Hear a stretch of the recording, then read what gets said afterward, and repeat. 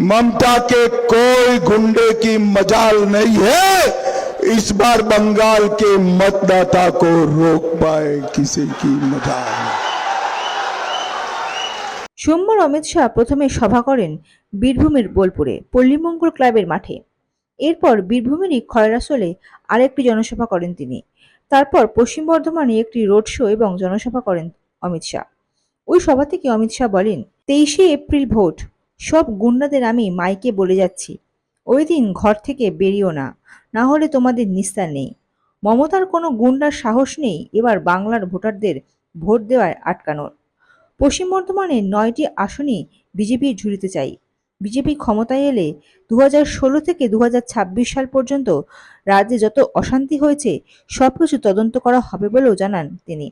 তার কথায় মমতা দিদি সোনার বাংলাকে সিন্ডিকেট রাজে পরিণত করেছেন। जब पश्चिम वर्धमान में आया हूं, मुझे सुबह कुछ पत्रकारों ने फोन किया कि भैया वहां गुंडों का बहुत त्रास है, दीदी के गुंडे भाईपो के गुंडे परेशान करते हैं ना भाई, करते हैं या नहीं करते हैं जरा। मगर 23 अप्रैल को मतदान है, मैं सारे गुंडों को माइक में कहकर जाता हूं, अपने घर के बाहर मत निकलना, वरना 5 मई के बाद अपनी खैर नहीं है, खैर नहीं। भाइयों बहनों, बेखौफ बेरोक-टोक मतदान करना। ममता के कोई गुंडे की मजाल नहीं है इस बार बंगाल के मतदाता को रोक पाए किसी की मजाल नहीं। बड़ी संख्या में मतदान होते ही ममता का जाना सुनिश्चित हो जाएगा। आप सबकी जिम्मेदारी है कि अपने अपने गांव मोहल्ले से सभी मतदाताओं को 12 बजे के पहले मतदान मथक पर लेकर आना है, लेकर आना है। भाइयों बहनों, इस जिले की 9 की 9 सीटें भारतीय जनता पार्टी की झोली में डालनी है। मुझे बताओ, आप भाजपा को 9 की 9 सीटें जिताओगे क्या? ये ममता दीदी ने एक जमाने में पूरे भारत का औद्योगिक केंद्र माने जाने वाला बंगाल आज युवाओं को बेरोजगार कर दिया। हमने तय किया है कि बंगाल के अंदर भाजपा सरकार बनते ही 5 बड़े इंडस्ट्रियल एस्टेट बनाकर पूरे बंगाल में फिर से इंडस्ट्री वापस लाने का काम नरेंद्र मोदी जी करने वाले। ये 15 साल में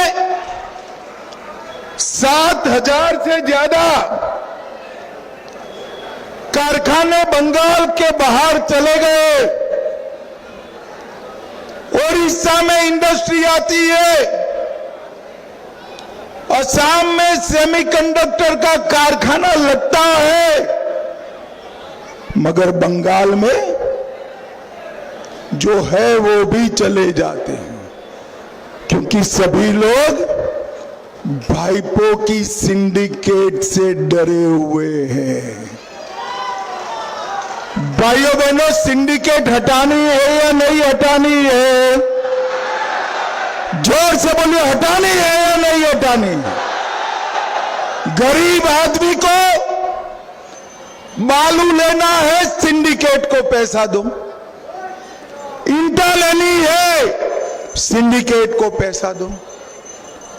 गरीब आदमी को सीमेंट की थैली लेनी है, सिंडिकेट को पैसा दो। आप भाजपा पर भरोसा करना, 5 मई के बाद सभी सिंडिकेट वालों को उल्टा लटकाकर सीधा करने का काम हम करेंगे। कोयला, रेत, गाय तस्करी, बालू तस्करी, ये सारा धंधा बंद हो जाएगा और ये बेरोजगार युवाओं की नौकरियों में अरबों खरबों रुपया ये तृणमूल वाले खाए हैं। वो मानते हैं कि हमें कुछ होगा नहीं, मगर मैं बताकर जाता हूं, भतीजे को बताकर जाता हूं, तेरे भ्रष्टाचारियों को आगाह कर देना, भारतीय जनता पार्टी जितना भ्रष्टाचार किया है वो सभी को जेल की सलाखों के पीछे डालने का काम करेगी।